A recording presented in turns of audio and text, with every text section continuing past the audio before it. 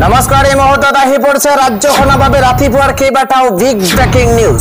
আজি 23 জুন অসমৰ লগতে ভাৰতৰ বিভিন্ন প্ৰান্তৰ পৰা এনে ধৰণৰ খবৰসমূহ নিতৌ চাবৰ কাৰণে চেনেলটো সাবস্ক্ৰাইব কৰি ভিডিঅ'টোত এটা লাইক কৰি দিব।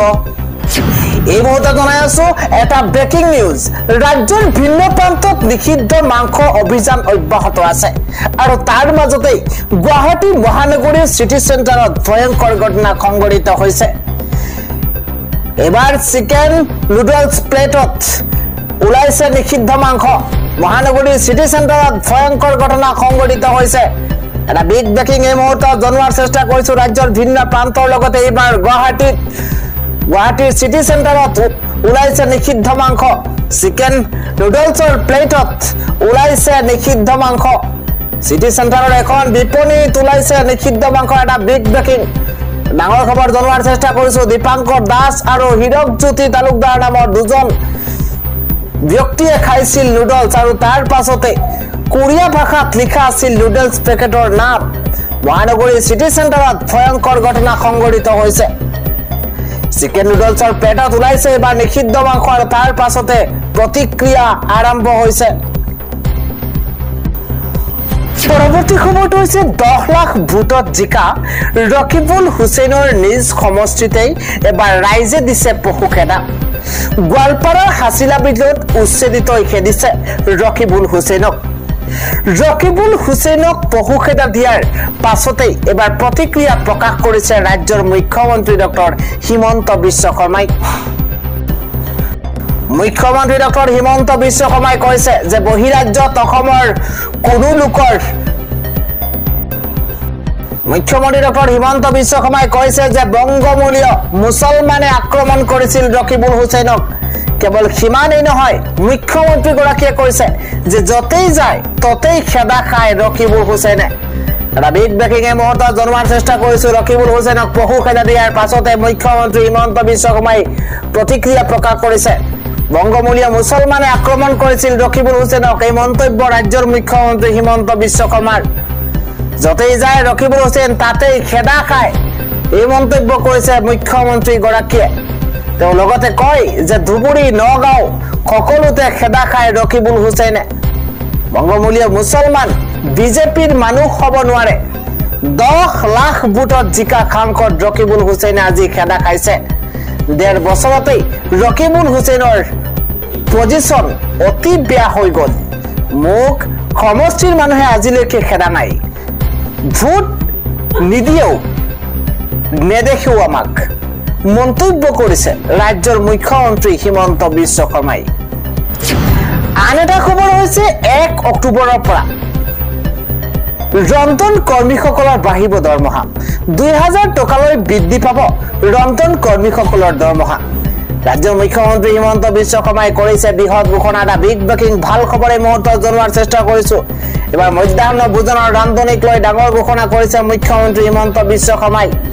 কিন্তু বৃদ্ধি পাব মধ্যাহ্ন ভোজনৰ ৰান্ধনীৰ দৰমহা। 1 অক্টোবৰৰ পৰা 2000 টকাকৈ দৰমহা পাব মধ্যাহ্ন ভোজনৰ ৰান্ধনীয়ে। 1 অক্টোবৰৰ পৰা 2000 টকাকৈ দৰমহা বৃদ্ধি পাব। লগতে পূৰ্বতে 1500 টকাকৈ লাভ কৰিছিল ৰান্ধনীসকলে দৰমহা। কিন্তু এতিয়াৰে পৰা ৰন্ধন কৰ্মীসকলে 2000 টকাকৈ লাভ কৰিব। কোনো মধ্যাহ্ন ভোজনৰ ৰান্ধনীৰ চাকৰি নাযায়। মুখ্যমন্ত্ৰীগৰাকীয়ে কৈছে কেন্দ্ৰই 1000 টকা আৰু ৰাজ্য চৰকাৰে দিব 1000 টকা। চৰকাৰে ব্যয় কৰিব 108 কোটি টকা। এই ঘোষণা কৰিছে ৰাজ্যৰ মুখ্যমন্ত্ৰী হিমন্ত বিশ্ব শৰ্মাই। আন এটা খবৰ হৈছে বহিৰাজ্যত অসমৰ কোনো লোকৰ মৃত্যু হলে দায়িত্ব ল'ব এইবাৰ ৰাজ্য চৰকাৰে। মুকলি কৰা হৈছে শ্ৰদ্ধাঞ্জলি আঁচনি। এটা ভাল খবৰ, নতুন খবৰ জনোৱাৰ চেষ্টা কৰিছো এই মুহূৰ্তত। বহিৰাজ্যত কৰ্মসূত্ৰে থকা অসমৰ যুৱক যুৱতীসকলৰ মৃত্যু হলে দায়িত্ব ল'ব এইবাৰ অসম চৰকাৰে। এটা ব্ৰেকিং নিউজ জনোৱাৰ চেষ্টা কৰিছো। বহিৰাজ্যত অধ্যয়নৰ সূত্ৰে থকা ছাত্ৰ ছাত্ৰীৰ মৃত্যু হলে তাৰ দায়িত্ব ল'ব ৰাজ্য চৰকাৰে। তাৰ বাবেই এটা আঁচনি মুকলি কৰা হৈছে। ৰাজ্য চৰকাৰে মুকলি কৰিছে, যিটোৰ নাম হৈছে শ্ৰদ্ধাঞ্জলি। শ্ৰদ্ধাঞ্জলি আঁচনিৰ জৰিয়তে সসন্মানে লৈ অনা হ'ব মৃতদেহ। কেবিনেটত এই ডাঙৰ সিদ্ধান্ত গ্ৰহণ কৰিছে অসম চৰকাৰে 112 এই নম্বৰত ফোন কৰিলেই পাব শ্ৰদ্ধাঞ্জলি আঁচনিৰ সুবিধা এই ঘোষণা কৰিছে ৰাজ্যৰ মুখ্যমন্ত্ৰী হিমন্ত বিশ্ব শৰ্মাই আন এটা খবৰ হৈছে জুলাই মাহতে সৰ্বমুঠ 13 দিন বন্ধ থাকিব বেংক ডাঙৰ খবৰ এই মুহূৰ্তত জনাইছো জুলাই মাহতে মুঠ 13 দিন বেংক বন্ধ থাকিব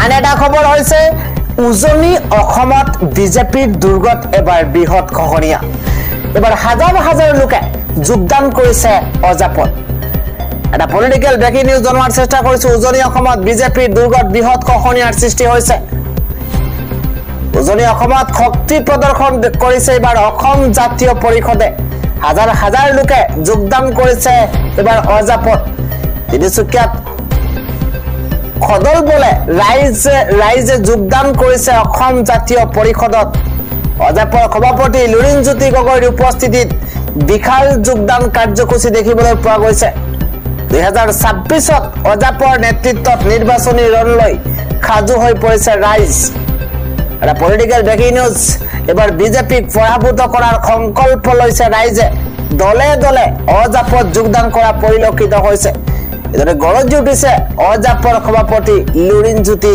গগৈ আন এটা ডাঙৰ খবৰ হৈছে এবাৰ 6 বজাৰ লগে লগে ইৰাণৰ ভয়ংকৰ আক্ৰমণত কঁপি উঠিছে ইজৰাইল ডাঙৰ খবৰ এই মুহূৰ্তত জনোৱাৰ চেষ্টা কৰিছো 6 বজাৰ লগে লগে ইৰাণৰ ভয়ংকৰ আক্ৰমণত কঁপি উঠিছে ইজৰাইল এটা ৱাৰ ব্ৰেকিং এই মুহূৰ্তত জনোৱাৰ চেষ্টা কৰিছো ইজৰাইলৰ কেইবাখনো চহৰত এবাৰ মিছাইলেৰে আক্ৰমণ কৰিছে ইজৰাইলে আমেৰিকাই কৰা আক্ৰমণৰ প্ৰত্যুত্তৰ দিছে এবাৰ ইৰাণে ধাৰাবাহিকভাৱে মিছাইল আক্ৰমণ এবাৰ ইজৰাইলত এটা ৱাৰ ব্ৰেকিং এই মুহূৰ্তত জনোৱাৰ চেষ্টা কৰিছো ধাৰাবাহিকভাৱে মিছাইল আক্ৰমণ কৰিছে ইজৰাইলত ইৰাণৰ আক্ৰমণতে ইজৰাইলত হাহাকাৰ পৰিৱেশৰ সূচনা হৈছে শক্তিশালী সেইবাৰ মিছাইলেৰে ভয়ংকৰভাৱে আক্ৰমণ এবাৰ ইৰাণৰ প্ৰথমবাৰলৈ ইৰাণে সেইবাৰ মিছাইলেৰে কৰিছে আক্ৰমণ ইজৰাইলৰ মোছাদৰ মুখ্য কাৰ্যালয়ত আক্ৰমণৰ দাবী এবাৰ ইৰাণৰ পৰ্ট চিটিটো